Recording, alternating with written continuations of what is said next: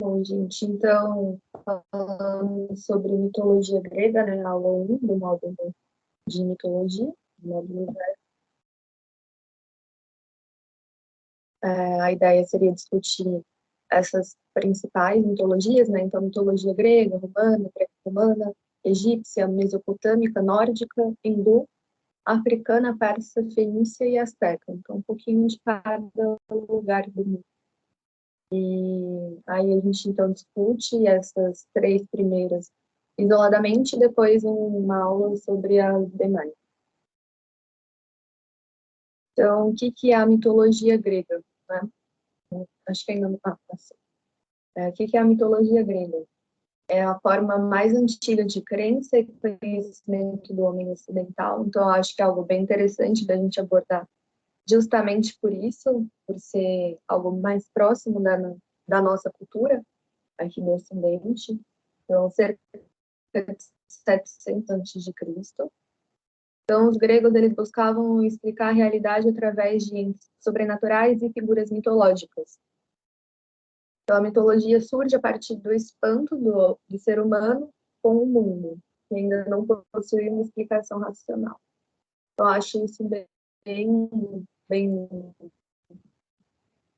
válido, né? Pensar de onde que veio, o que somos, eu acho que é um pensamento bem, até instintivo um pouco no ser humano, não sei. Acho que é uma coisa que a gente reflete quando a gente está em ócio, algo que a gente acaba sempre caindo. Então, para explicar, né, esses entes, para explicar a realidade desses entes, essas figuras, eles faziam poesias e cantavam também nas ruas pelos poetas. E dentre esses poetas tinha o Homero, que era o mais famoso, tanto que é o que a gente conhece, né? Então, da Ilíada, da Odisseia, ele teria vivido por volta de 900 a.C. Então, assim era passada, né, a mitologia de geração para geração, garantindo a manutenção desse conhecimento. Num dado momento da civilização grega, essas explicações mitológicas tornaram-se insuficientes e o homem começa então a elaborar respostas mais racionais para as questões. Então, diversas transformações contribuíram para o surgimento do pensamento filosófico, a descoberta da escrita, o surgimento da moeda, a formulação da lei escrita, consolidação da democracia, entre outras coisas. Então, a partir do século VI a.C., surgem os primeiros filósofos, que são os pré-socráticos, que seria a ideia de abordar na próxima aula. O uso do raciocínio lógico, abandono de mitos na busca por explicações gerais, marcou o início do progresso do milagre grego, né? Então, aí é o que se chama de milagre grego, essa transição, né? Que alguns falam que é uma transição, outros falam que é uma ruptura, até uma questão que eu acho legal, para a gente conversar mais para frente. Os primeiros pensadores que se interessavam em escrever a natureza, né? Então, eles têm apelar para seres sobrenaturais, as lógicas, tomaram para si a tarefa de explicar a natureza a partir de elementos naturais. A mitologia, né, então, ela era tida como verdade absoluta, conhecimento racional, muito da cultura grega antiga. E a filosofia, enquanto forma de como o questionamento, a interrogação, a dúvida, a suspeita, porque provoca uma ruptura na cultura. Mas, ao mesmo tempo, a passagem para a filosofia não foi algo rápido, um processo gradual e lento, né? Um processo de transformação. E a mitologia deixa de ser entendida como uma verdade absoluta, possibilitando o surgimento de explicações mais racionais da realidade da natureza. Então, aí seria um caráter ambíguo, de transição. Aí, algo que eu fiquei instigada, né? Por que essas diversas transformações contribuíram para o surgimento do pensamento filosófico, né? Então, a descoberta da escrita, o surgimento da moeda, formulação da lei escrita e a consolidação da democracia. E aí eu acho que seria legal a gente ir sobre isso, se vocês tiverem uma resposta, algum pensamento.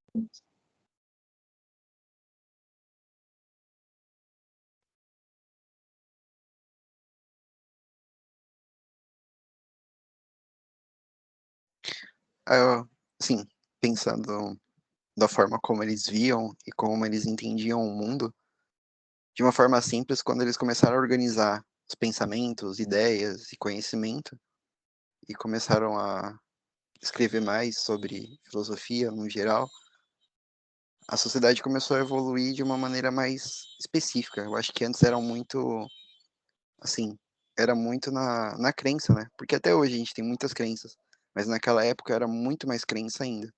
Acho que disso, quando eles começaram a escrever mais e estudar mais, assim, de forma mais homogênea, tanto que veio o período pré-socrático, né?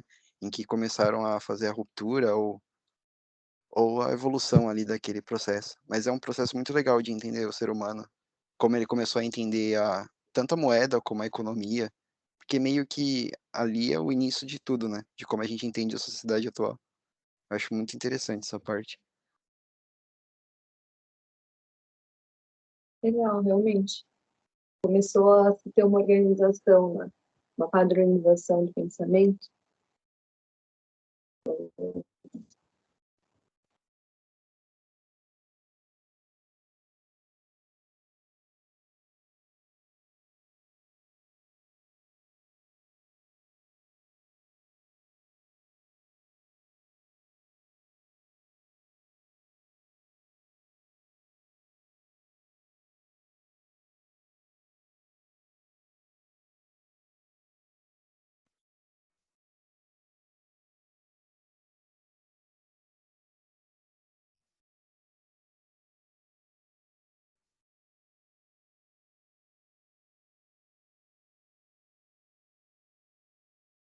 Alguém pensou em alguma outra especulação?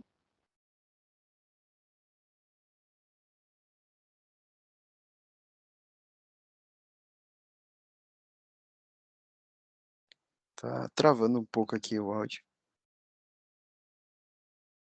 Eu perguntei se alguém pensou em alguma outra ideia também. Ah,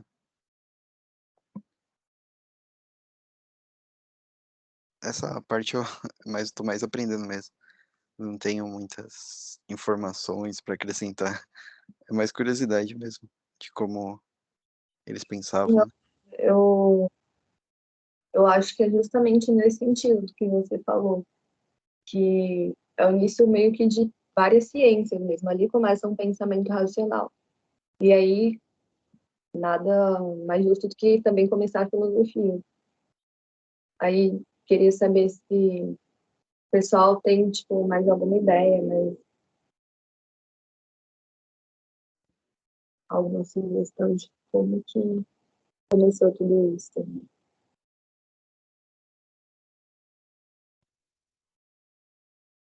Bom dia a todos. Tá escutando? Oi? Bom dia, bom dia. Bom dia. Beleza. Bom dia. Assim, baseando no que foi apresentado aí, assim, a observação que eu faço é o desenvolvimento do raciocínio humano, né? Tipo, você pega todo o período, você vê que teve uma época que, de fato, o ser humano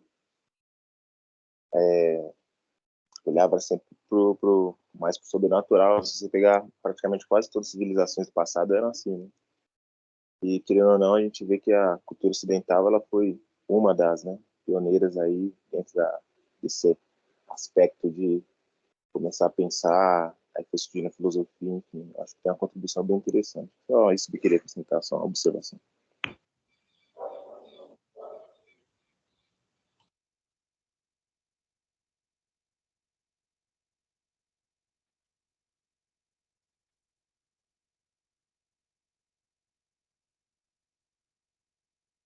Eu acho que é nesse sentido mesmo. Eu tinha pensado algo assim também. Da sociedade começar a se desenvolver mais, começar a ter uma forma mais organizada de pensar, de colocar as ideias, né, guardar pensamento. Também conforme as pessoas começaram a transmitir esse conhecimento, fazer obras mesmo, como as poesias e as canções que eles faziam e passar isso para frente e agregar o pensamento de outras pessoas também. Então, ninguém mais quiser comentar sobre essa parte, acho que a gente pode continuar.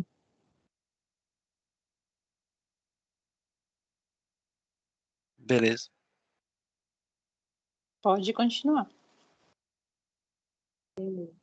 Aí eu peguei um mito para a gente dar uma olhadinha, né? O mito do Édipo Rei. Não sei se vocês já ouviram falar, mas acho que é um mito bem conhecido. Assim.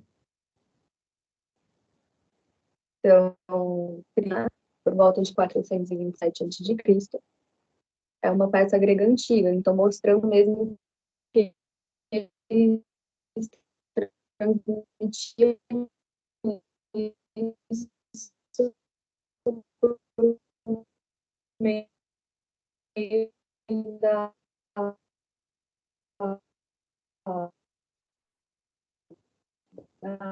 Aqui travou tudo, o começo. e é considerada um prato grego. Vocês estão ouvindo direitinho agora? Será que é da Voltou. internet? Deixa eu ver. Agora voltou. Tava travando Agora bastante. voltou, mas tinha travado. Beleza.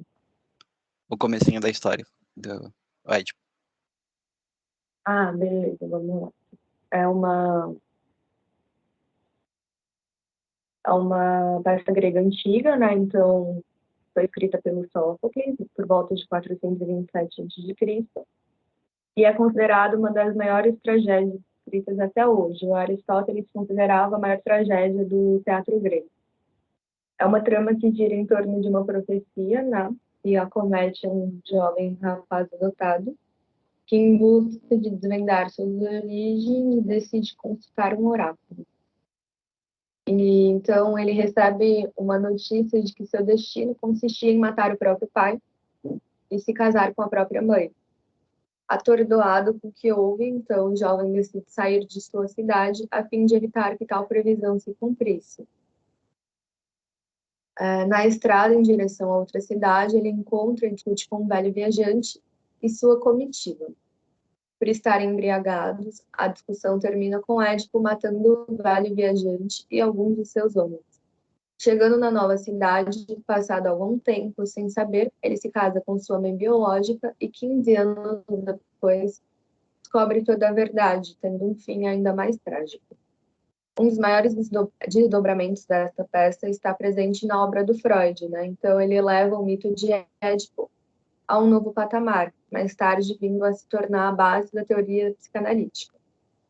O Freud ele define na sua obra o conceito do complexo de Édipo, inspirado nas relações de conflito presentes no âmbito familiar, a partir dos arquétipos tradicionais de pai, mãe e filho, identificando padrões culturais e destrinchando uma série de questões humanas oriundas deste modelo familiar. Então, eu achei bem legal trazer esse link do que foi resgatado, né, daquela cultura mitológica para a nossa cultura ocidental, que a gente carrega hoje. Então, aí, um mito, né, do Édipo, que, gente, de verdade, eu acho incrível uma história tão complexa, com tantos desdobramentos, né, ser escrito naquela época, né, que não tinha ainda uma literatura sobre escrita, uma literatura sobre como fazer uma peça, e o cara faz algo, na minha humilde opinião, brilhante. E aí depois o Freud percebe, né, uma linha de pensamento dentro disso e traz para o pensamento psicanalítico. Então, eu achei muito interessante. Aí trouxe mais sobre o complexo de Édipo, para a gente entender, né? Então, o complexo de Édipo é um termo usado para descrever o desejo do menino pela mãe e o consequente ciúme que ele sente pelo pai. Então, é como se o filho visse o pai como um rival ao querer a atenção e afeto de sua mãe. Então, seria algo mesmo no sentido de ter um ciúme, né? Sobre o tempo, o carinho ali da mãe. Então, afinal, a criança se confundia com a própria mãe durante a gestação. Depois, na fase de amamentação, nos primeiros meses de vida, a criança começa a se diferenciar da mãe, mas continua tendo da mãe um grande foco de atenção. Gradativamente, a criança sente que a mãe lhe diminui a atenção e percebe a existência de um pai como suposta causa. Então, de acordo com Freud, o complexo de Édipo tem um papel muito importante na fase fálica, que é a fase dos 3 ou 4 anos até aproximadamente 6 anos de idade, do desenvolvimento psicossexual. Então, para o Freud, a conclusão bem resolvida dessa etapa envolveria a identificação do menino com o pai. Então, o menino deixa de rivalizar-se com o pai e passa a aceitar a impossibilidade do incesto, contribuindo para o desenvolvimento de uma identidade sexual madura e independente. Então, ao invés do pai rivalizar com o pai, aliás, da criança rivalizar com o pai, ela começa a se identificar na figura do pai, então, naquela figura masculina. Embora seja chamado padrão a atração da criança pelo pai ou mãe do sexo oposto e a rivalização com a mãe e pai do mesmo sexo, é possível também identificar uma atração do menino para com o pai e uma rivalidade para com a mãe. E na menina, uma atração para com a mãe e rivalidade com o pai. Então, eu achei bem interessante trazer essa discussão do complexo de Édipo, né? Pensei de ser uma questão inconsciente, ou até mesmo uma questão que ajudaria na nossa existência como espécie. E aí, queria saber o que vocês pensaram sobre essa questão do complexo de Édipo.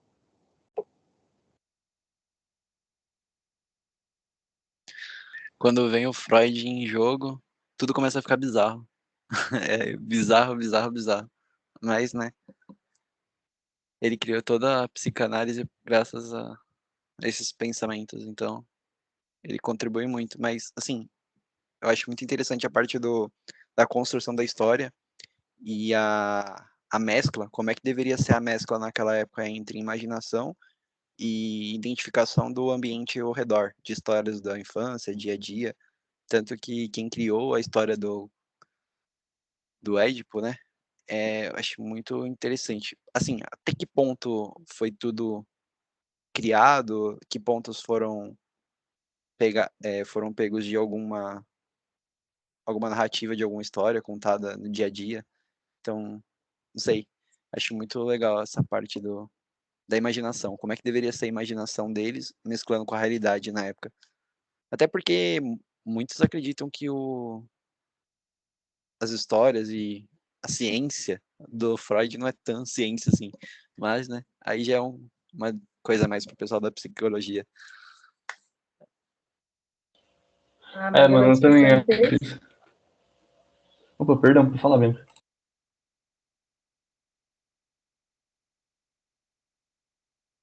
Quem que tinha falado, gente? Alguém falou alguma coisa. Pode falar aí. Não, eu tinha falado, mas pode falar, Bianca, você falar aí. Não, fala aí, cara. Pode ir. Não, eu ia falar mais ou menos a mesma coisa que o Guilherme falou, mano. Eu também.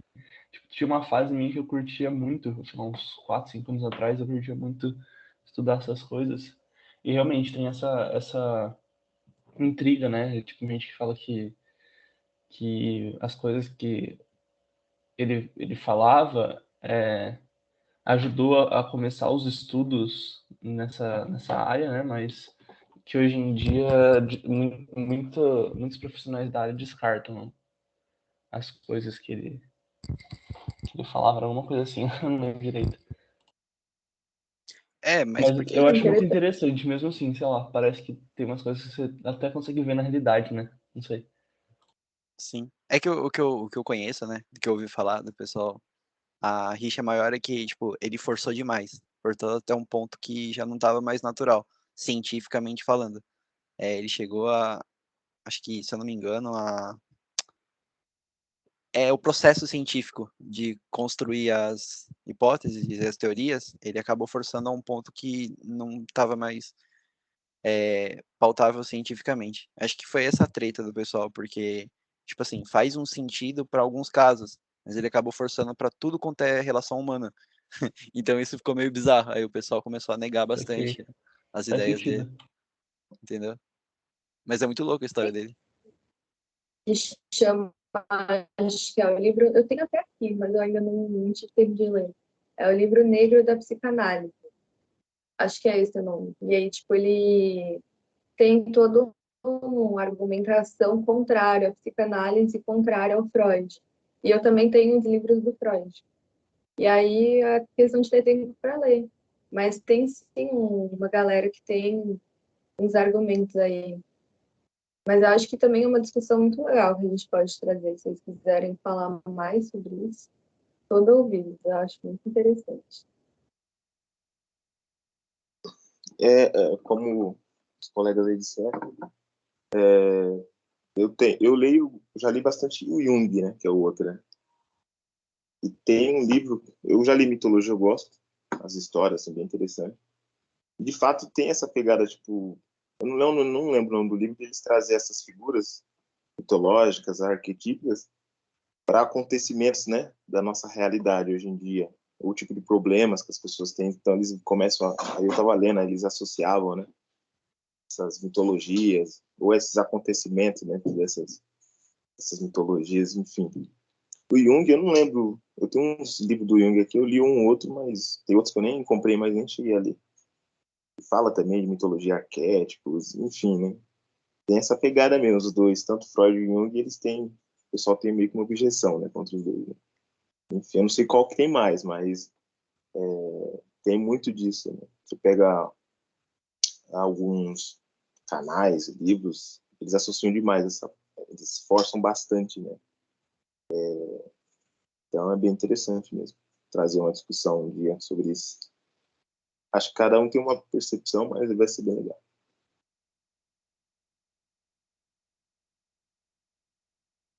Legal. Assim, pelo pouco que eu já estudei de Freud, eu enxergo muito, na realidade, que algumas construções, realmente, algumas construções sociais estão bem pautadas em figuras, né? Em algumas coisas até inconscientes. Mas essa questão que vocês falaram, tipo, dele forçar uma teoria, forçar uma ciência, é algo que eu ainda não peguei para dar uma olhada, não. Mas eu acho que é válido a gente estudar de tudo, né? Então, vou dar uma olhada também depois, quando tiver algum tempo, dar uma lida no livro que eu comentei com vocês. E eu achei muito interessante esse complexo de Édipo. É algo que eu, assim, identifico em alguns padrões que eu já vi. Até mesmo, assim, no hospital, quando a gente está na FED, assim, eu já vi algumas questões que eu achei que encaixam bem. Mas aí é algo realmente, tipo, estudar mais aprofundadamente. Acho que a gente falou só. Pode falar.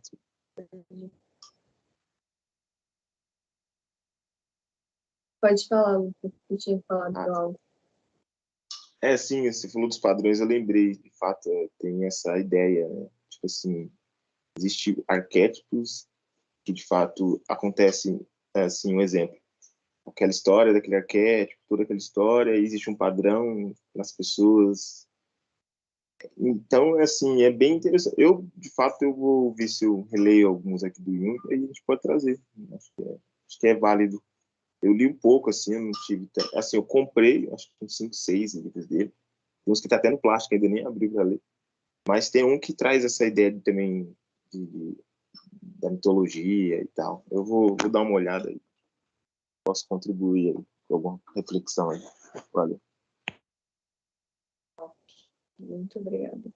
Agora, falando também, gente, eu lembrei de um filme que eu assisti essa semana que eu acho que se encaixa super nessa questão da questão de quebrar um pouco o padrão. Que é não sei se vocês já viram, mas é um filme bem famoso. Vamos falar sobre Kevin, vamos conversar sobre Kevin, uma coisa assim. E aí o menino, ele vê na mãe, ele rivaliza a mãe e tem uma certa, não atração, mas ele gosta muito do pai dele, ele simpatiza com o pai, por assim dizer. Acho que a única pessoa no filme que ele demonstra uma empatia. Então, eu acho que entraria nessa questão do complexo de Édipo. Depois eu vou até dar uma olhada na crítica, se o livro, é que é um livro também, mas não li o livro. o livro, o filme, foi pensado nesse sentido do complexo de Édipo. Mas fica aí de sugestão também. Eu gostei do filme. Achei bem legal, um suspense que te prende. Acho que a gente pode continuar, então. Opa, sei muitas horas. Com outro mito bem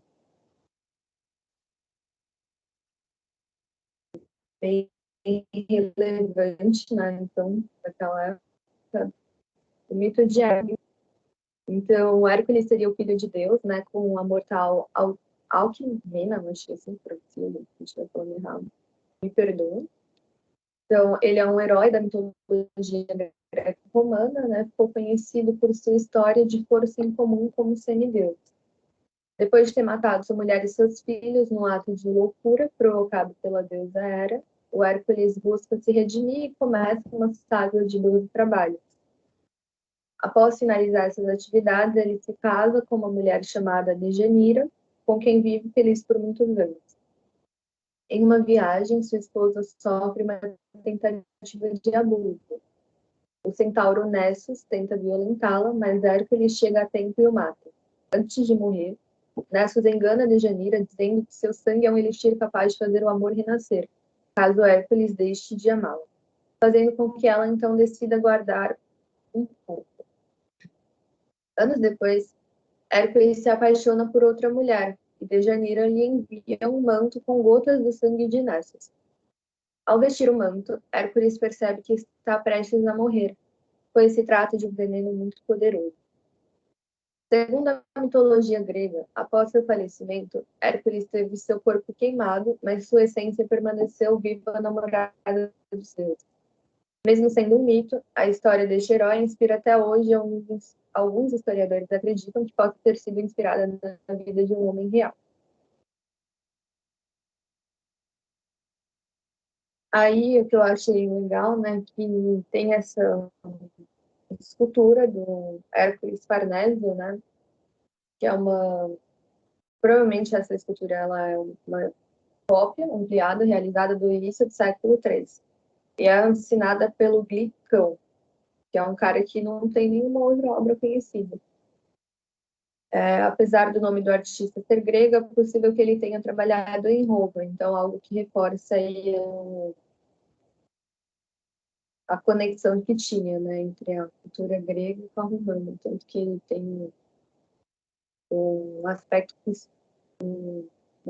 um segmento, né, que estuda só cultura greco-romana. Aí, queria saber se vocês têm alguma reflexão, algum ponto interessante para comentar sobre o mito do Hércules.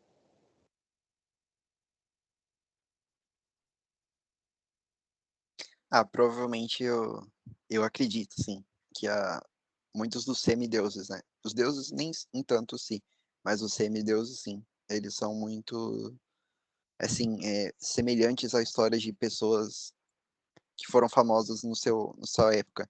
Então, provavelmente deve ser alguma inspiração de algum guerreiro da época, alguma coisa assim. Eu acho muito legal, assim, as habilidades dos semideuses, porque eles são muito mais semelhantes aos humanos do que deuses, né? E eles convivem mais entre os humanos. Então, eu acho que são, não sei. É que eu não conheço muito da mitologia grega, mas eu acho mais, assim, tem mais contexto, é mais palpável a história dos semideuses. Os deuses são muito mais fantasiosos, assim. É muito poder, é muita história.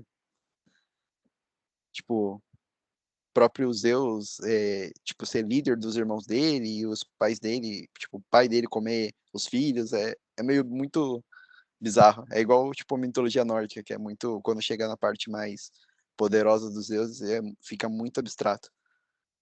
Aí fica um pouco estranho entender a teoria por trás, o que ele estava querendo passar, contando essa história, porque para mim, sim, essas essas mitologias, elas têm alguma construção daquele momento, daquela época. Tinha alguma mensagem por trás. Então, eu acho legal, assim, estudar dos semideuses para cima.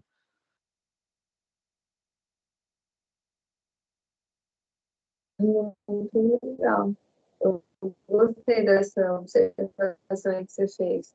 Eu nunca tinha parado para pensar assim que eles construíam isso em cima de alguma pessoa relevante ali naquele momento, né? Então, o cara corajoso lá, que guerreava e era muito bravo. Nunca tinha parado para pensar nisso, não. E é algo assim que na hora que você falou parecia muito óbvio. Eu me sentia assim, uma pessoa super alienada, nunca ter parado para pensar nisso. A reflexão daqueles nerd chato que assiste 1 milhão de filmes de época. Depois que você assiste Não, muitos filmes de época, você começa a ver padrões, sabe? Tipo da relação entre os soldados ou alguns heróis que entraram para a história e a relação deles com os semideuses. É muito parecida. muito interessante. Essa ideia de semideus é bem assim, acho que é mais cabível, né, do que a ideia de deuses, né? Porque acho que tem muito a ver com habilidades que muitos deles tinham, né, que eram diferenciados dos outros, né? Tipo, em tantos tinha habilidades diferenciadas, as pessoas olhavam naquela época aquela visão mitológica que eles tinham como um semideus, né? Uma pessoa que de fato, sei lá, recebeu dons especiais dos deuses, enfim. Então acho que é interessante, de fato, esse espelho que eles criaram, né? Desses guerreiros, enfim, e criaram essas histórias, essas mitologias. Acho da hora, assim, essa percepção, como foi comentado.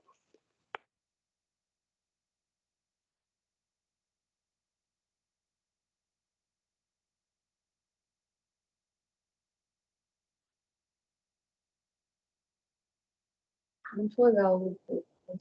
Você observou e conversa bem com o que o Guilherme tinha falado, né? Acho que a gente pode prosseguir um pouco agora. Então, esse slide foi até um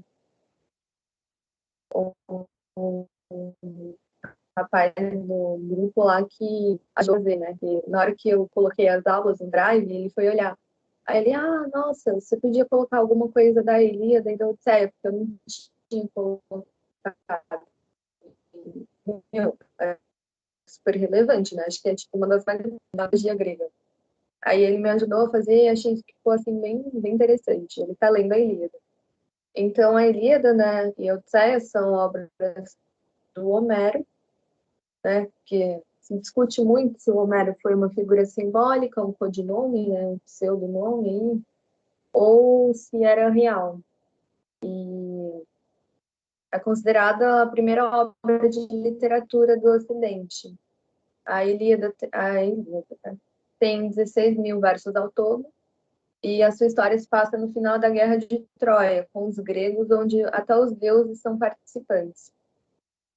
Então, o herói principal, Aquiles, aparece somente nos cantos finais da epopeia, ficando em silêncio por quase toda a obra.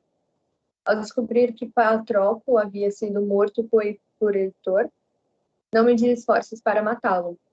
Foi mais além. Sacrificou animais e troianos numa pira, que eu descobri que é um empilhado de pessoas mortas, e arrastou o corpo de Heitor, todos os dias, no seu carro, ao redor do túmulo do amigo. Aí eu até questionei, né? Eu falei, nossa, mas no livro o cara fala carro, e no livro ele usa essa terminologia, carro, que são sona assim, mas parecida com carro. E no livro ele usa esse termo.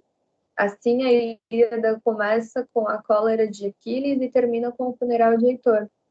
E assim, gente, é muito interessante que esses nomes, né, gregos, eles aparecem muito, acho que o Lucas ele vai também ter essa mesma percepção. Aparecem muito na medicina. Então, quando a gente está estudando anatomia, a maioria das terminologias anatômicas vem do grego. Isso é muito interessante. Então, se a gente dá uma olhadinha, né, na etiologia das palavras, ajuda muito no aprendizado. E Aquiles, né, acho que aí também é um termo mais popular, acho que vocês devem conhecer também, né? Tem o tendão de Aquiles, então é bem interessante. E é o pior tendão que você pode romper, curiosidade, porque tem muita pressão, né? Tem a maior pressão exercida. E ele está inserido no rim, que é no calcanhar do nosso pé.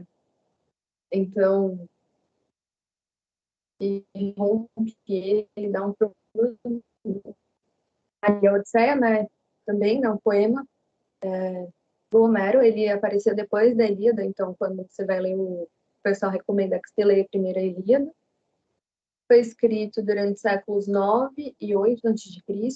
e descreve os acontecimentos extraordinários vividos por Ulisses depois de sua vitória em Troia. Então, é algo bem cronológico mesmo. Então, ele fala da guerra de Troia e depois dessa vitória. Se vocês quiserem comentar algo sobre. Não sei se alguém já leu, né, esses livros também. Obras bem lidas, assim, mundialmente. Não, mas deu vontade até de dar uma olhada. Parece ser bem legal. Acho que deve falar bastante sobre o início da humanidade, sim, como, não sei, como a sociedade, mas igual eu tava falando sobre a evolução do pensamento em si. Ali tá os resquícios das primeiras histórias contadas pelas pessoas, porque os gregos eram muito avançados para a época, né? Então, é algo muito, muito da hora de ver a diferença da construção de conhecimento que eles conseguiram e pouco tempo depois, muitas civilizações estão muito tempo atrás deles. Os gregos são realmente, tipo, muito fora do normal. Realmente. Os 2 livros eu tenho, mas não cheguei a ler ainda. Eu tinha até comentado, assim, eu acho que eu comprei na Amazon, acho que estava de graça numa época na Amazon. Eu comprei em PDF, só que eu não cheguei a ler, né? Muita coisa para ler você acaba pegando e deixando de lado. Mas eu vou ver, aproveitar, vou estar lendo. Eu estava lendo ali uns comentários, resumo, é bem interessante as 2 obras. E um detalhe que a Bianca comentou aí, que eu achei interessante, é a ideia como que, de fato, a influência dos gregos ainda permeia até hoje, né? A grande parte das palavras aí tem etimologia do grego, né? Tem um amigo que ele estuda grego, né, e tal, e ele mostrou para mim o tanto de como o grego tem uma influência gigantesca na cultura ocidental, enfim. Começando já pelos nomes e a etimologia, né, de muitas coisas, então é bem interessante. Muito legal. E muito também da medicina foi construída ali na Grécia. Então, por isso que os termos vêm muito do grego. Eu acho algo bem curioso mesmo. A gente é muito influenciado. A nossa cultura, ela vem muito da cultura grega.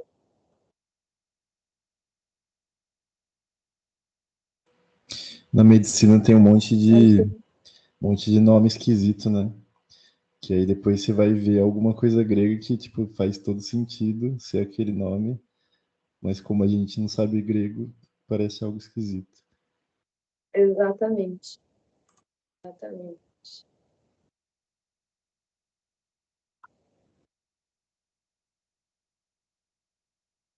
Acho que podemos, então, continuar. Então, aqui as fontes, né? Aí eu vou encerrar essa gravação e vou abrir o slide da mitologia romana. Se vocês quiserem comentando algo sobre isso que a gente discutiu agora, fiquem à vontade. Só para viajar um pouco,